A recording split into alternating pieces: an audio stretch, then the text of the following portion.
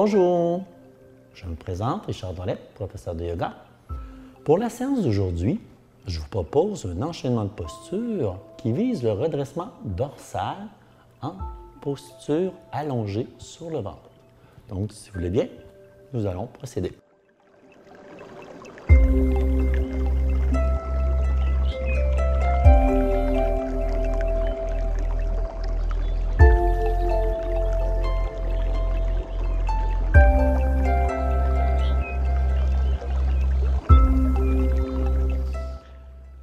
Donc, la première posture que je vous propose, ça s'appelle la posture du sphinx. Pour ce faire, on s'allonge tout simplement sur le ventre et on vient mettre les avant-bras à la largeur des épaules, bien déposés, et le front est au sol. Donc, on ajuste vraiment ici là, pour que les avant-bras touchent au sol, jusqu'au bout des doigts. Le corps, lui, ne bougera pas, donc du nombril jusqu'au bout des orteils, c'est ancré au sol.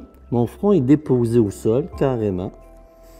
Et quand je suis prêt, sur l'inspire qui vient, en m'appuyant dans mes avant-bras, je redresse le tronc.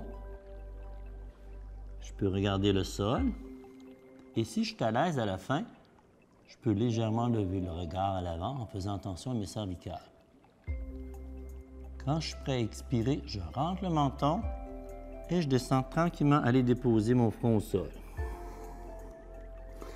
Très important que les avant-bras soient bien positionnés pour que la colonne se sente solide. Et on le fait 2-3 fois. Donc, inspire, je pousse dans mes avant-bras, je décolle le tronc, je regarde le sol et à la fin, léger regard à l'avant, confortable. Et je peux même respirer sur place. Donc, j'expire, détente. Et à l'inspire, je cherche un redressement dorsal. Donc, j'allonge la colonne. Je pointe vers le plafond, je rentre le menton à l'expire et je redescends lentement, déposer mon front. C'est une posture qu'on peut faire 2-3 fois en autant qu'on a une bonne assise. Ça s'appelle le sphinx. Je vous propose maintenant une variante qui est très similaire à celle-ci. C'est juste nos points d'appui qui diffèrent. Donc, je garde le front au sol et je glisse d'une longueur de main vers l'avant. Ce qui fait que maintenant, mes avant-bras ne toucheront plus au sol, mais uniquement mes mains. Le front est au sol. Donc, même principe, j'appuie dans mes paumes de main, je tends les bras, je redresse le tronc et je regarde à l'avant. Je suis prêt à expirer, je rentre le menton, je plie les coudes et je descends tranquillement, en harmonie. Et vous remarquez que le bas du corps ne bouge pas. Il est bien ancré. On reprend de nouveau. Inspire, j'appuie dans les paumes de main, je tends les bras, je redresse le corps. Donc, je monte plus haut, bien sûr, le nombril décolle du sol. Comme tout à l'heure, je peux expirer sur place, détente. Et à l'inspire, je tire davantage, je grandis vers le plafond. La colonne s'allonge. À l'expire, je rentre le menton, je plie les coudes et je redescends. Une séquence que je peux répéter 2-3 fois pour bien réchauffer le haut du dos. Donc, ces deux postures, le sphinx et cette variante, réchauffent bien le haut du corps et ça nous permet maintenant d'aller vers une posture très poussée de redressement qui s'appelle le cobra. Pour ce faire, vous allez amener les paumes de main à la hauteur des aisselles, chaque côté du corps. Le front est au sol, les coudes vers le plafond. Le reste du corps ne bouge pas. Et c'est le même principe. Mais ici, je ne force pas des bras. Donc, à l'inspire, je quitte le sol avec mon tronc. Je lève le front à la fin si je suis à l'aise, ce n'est pas obligatoire. Et à l'expire, je rentre le menton et je redescends. Ce n'est pas nécessaire de se lever haut. Il faut surtout travailler entre les deux omoplates pour le redressement dorsal. Les coudes vers le plafond. Je repars de nouveau. Inspire. Même approche que précédemment, j'expire sur place, je me détends. Inspire, je remonte. Expire, je rentre le menton et je redescends. Détente, détente. C'est une posture qu'on peut faire 2-3 fois et on peut même la maintenir le temps de faire quelques respirations si on est à l'aise. Je vous parle maintenant d'une autre variante, maintenant qu'on est dans le cobra. Une variante plus exigeante qui va impliquer les jambes comme telles. Donc, je prends le même principe que le cobra, main à la hauteur des aisselles, coude vers le plafond, front au sol. Inspire, je me redresse. J'expire sur place. Et là, je vais aller impliquer les jambes. Sur le prochain inspire, tout en gardant le tronc redressé, je décolle la jambe gauche. Je la pointe.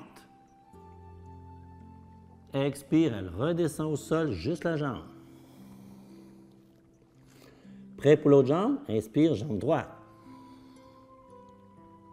Expire, elle retourne au sol.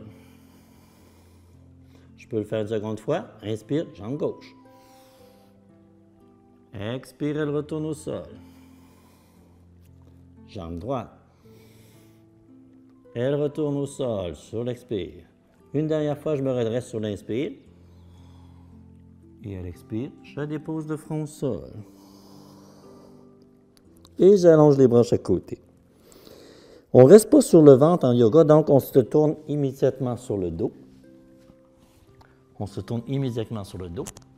Et on est en mesure maintenant d'aller faire une contre-posture compte tenu de l'intensité du redressement dorsal.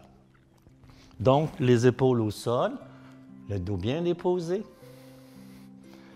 Une contre-posture qu'on peut faire, qui s'y prête très bien d'ailleurs, ça s'appelle la table basse à deux pieds, qu'on a déjà fait dans une autre séance, dans une autre capsule. Donc, les pieds sont près du bassin, les mains au sol. On est détendu. On fait une respiration sur place. Et sur un inspire, je m'appuie dans les avant-bras et je lève le bassin. Expire, je déroule la colonne. Et je le fais 2-3 fois. C'est vraiment une contre-posture puisqu'on travaille la colonne dans une posture carrément différente de ce qu'on a fait précédemment. Et comme complément, à une table basse, on peut faire la Padmasana. Ça veut dire quoi? J'inspire. Et à l'expire, je laisse basculer les deux jambes, les mains sur les genoux. J'inspire sur place. Et à l'expire, je ferme les jambes. Inspire, j'ouvre. Expire, je ferme.